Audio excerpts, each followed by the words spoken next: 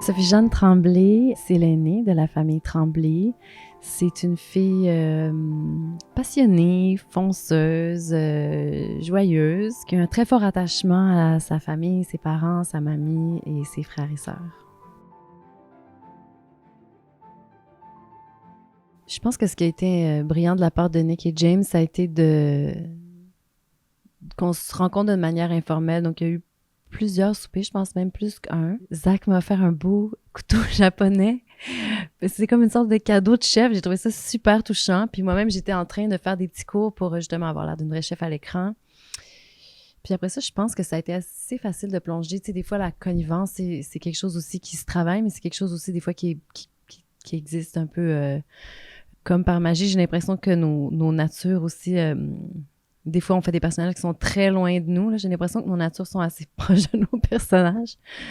Puis que nous, en tant qu'acteurs aussi, on avait une assez belle connivence d'emblée.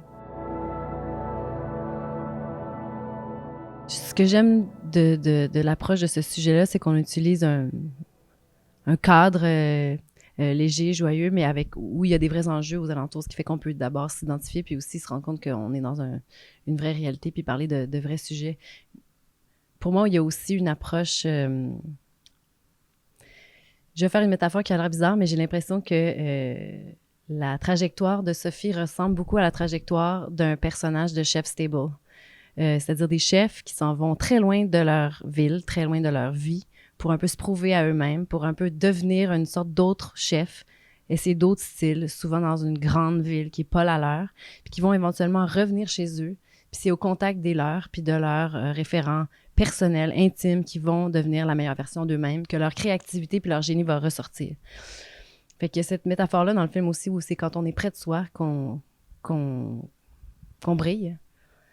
Puis je pense aussi que être près de soi puis briller, c'est aussi prendre soin des autres, de ceux qui sont les nôtres et de ce qui nous entoure. Fait que je pense qu'on est dans une espèce de situation mondialement où on se rend compte qu'il va falloir commencer à prendre soin, puis qu'à l'échelle humaine, ben c'est notre territoire, nos agriculteurs, de ne pas laisser la globalisation à venir un peu...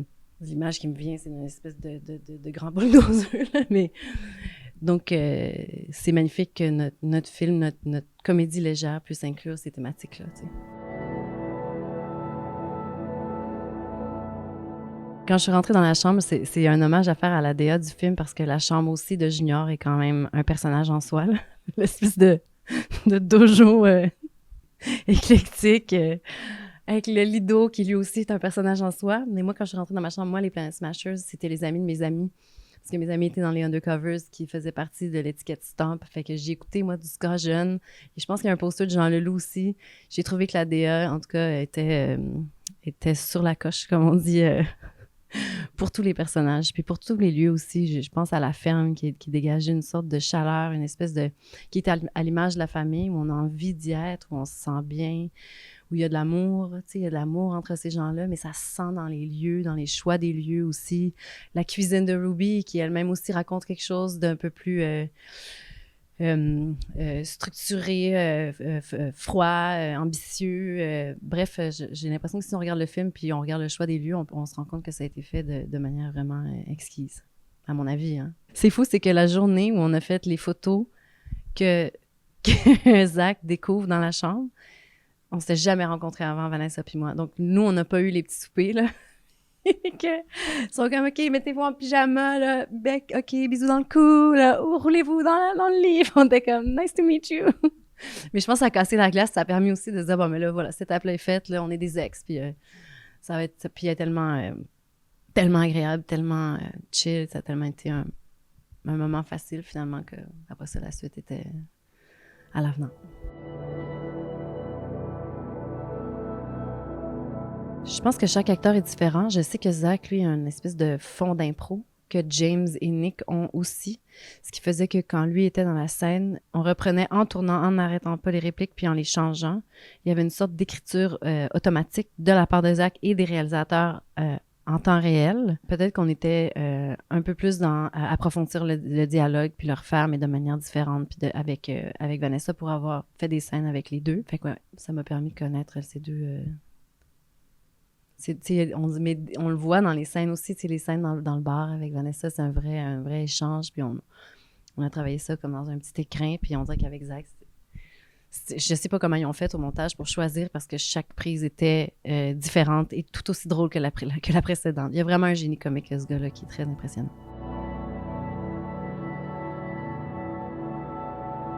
Qu'est-ce qui m'a charmé? Mon Dieu, il y a tellement de choses qui m'ont charmé de ce film-là. D'abord, à la lecture du scénario, le personnage, j'ai énormément de points en commun avec lui. C'est-à-dire que je suis la French girl de quelqu'un, mon chum est un anglophone, on est une famille biculturelle, si on veut. Moi, je viens de Québec, je suis très attachée à ma mamie, à ma ville natale. J'ai toujours eu une grande fascination pour le château Frontenac.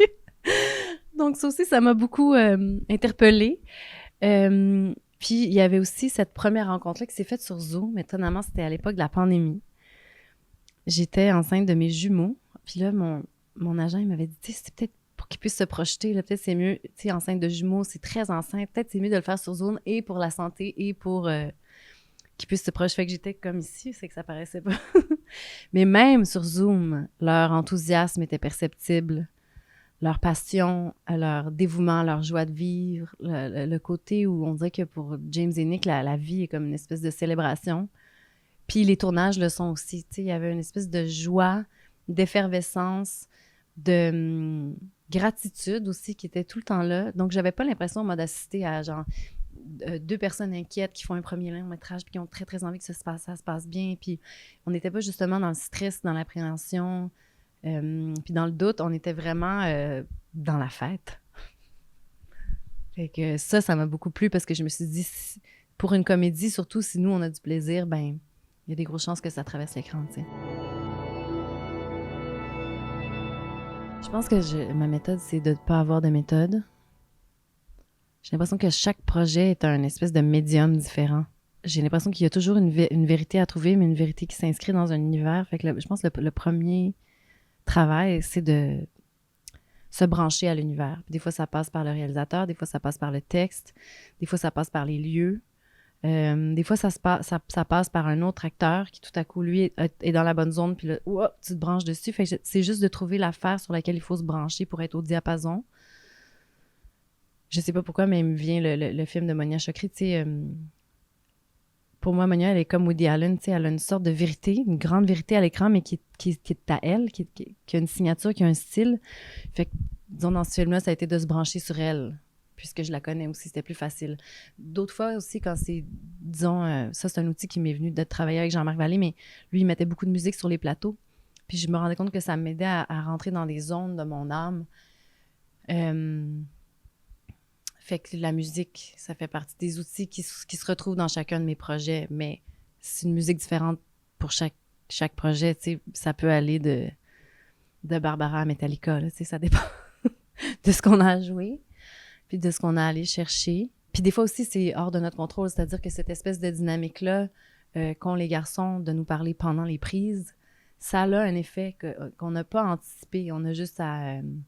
surfer sur la vague, tu sais, on dirait qu'il faut voir la vague arriver, puis s'y adapter. T'sais. Fait que ça donne des choses surprenantes qu'on pouvait pas anticiper en se disant je vais me préparer dans ma cuisine.